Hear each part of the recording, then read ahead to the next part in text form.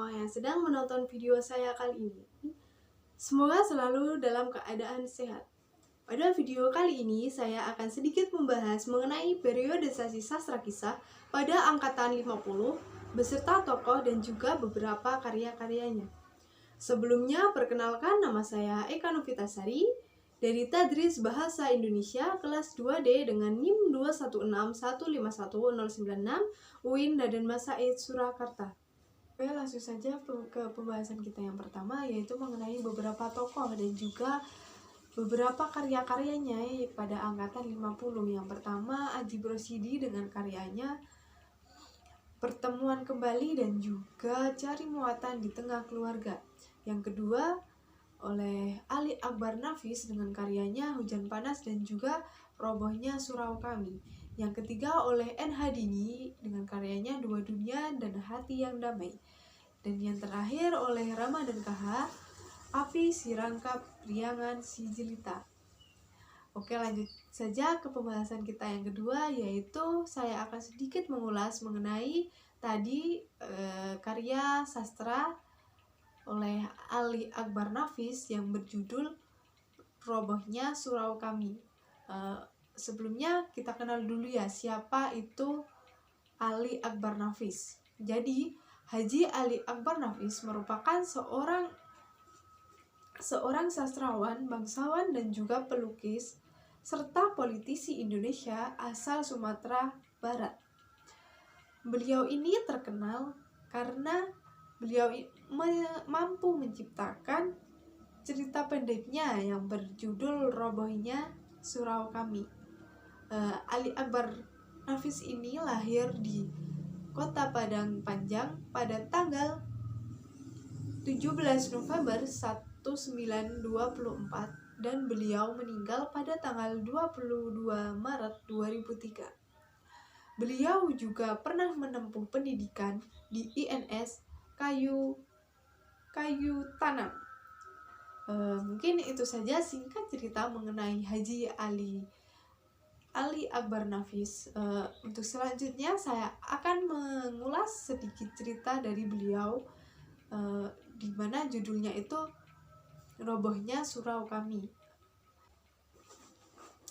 Oke, kita lanjut ke pembahasan yang selanjutnya. Jadi di sini saya akan membahas mengenai cerita pendek yang diterbitkan oleh Ali Akbar Nafis pada tahun 1950 yang berjudul Robohnya Surau Kami. Robohnya Surau Kami ini menceritakan tentang kisah tragis seorang kakek penjaga surau, atau lebih tepatnya itu masjid yang berukuran kecil ya. Tepatnya di kota kelahiran tokoh utama cerpen tersebut. Konon, kakek dari penjaga surau itu meninggal dengan menggorok lehernya sendiri setelah mendapat cerita dari Ajo Sidi atau si pembual. Jadi Ajo Sidi ini merupakan seorang pembual ya. Ajo Sidi ini menceritakan tentang Haji Soleh yang masuk neraka walaupun pekerjaan sehari-harinya beribadah di masjid. Persis yang dilakukan oleh kakek tersebut. Haji Soleh dalam cerita Ajo Sidi adalah orang yang rajin beribadah, melakukan semua ibadah dengan tekun. Tapi saat hari keputusan, hari di mana ditentukannya manusia masuk surga atau neraka, Haji Soleh malah dimasukkan ke neraka. Haji Soleh memprotes Tuhan. Mungkin dia alpa, pikirnya. Tapi, mana mungkin Tuhan alpa? Maka dijelaskan alasan dia masuk neraka. Kamu tinggal di tanah Indonesia yang maha kaya, tapi engkau biarkan dirimu melarat, hingga anak cucumu teraniaya semua. Aku beri kau negeri yang kaya raya, tapi kau malas.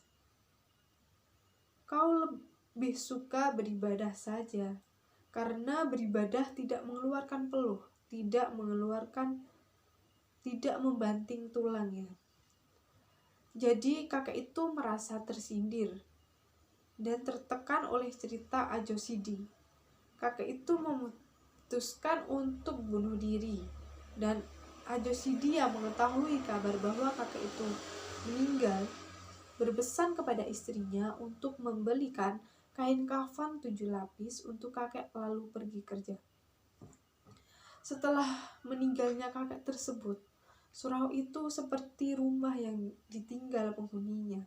Surau yang dulunya digunakan untuk beribadah itu kini hanya digunakan untuk sekedar bermain oleh anak-anak. Tidak ada lagi panggilan azan, sholat berjamaah, dan juga lantunan ayat-ayat suci Al-Quran. Tak ada lagi yang mau peduli terhadap surau tempat beribadah itu. Itulah pemandangan yang bisa dilihat dari surau seorang kakek yang telah meninggal.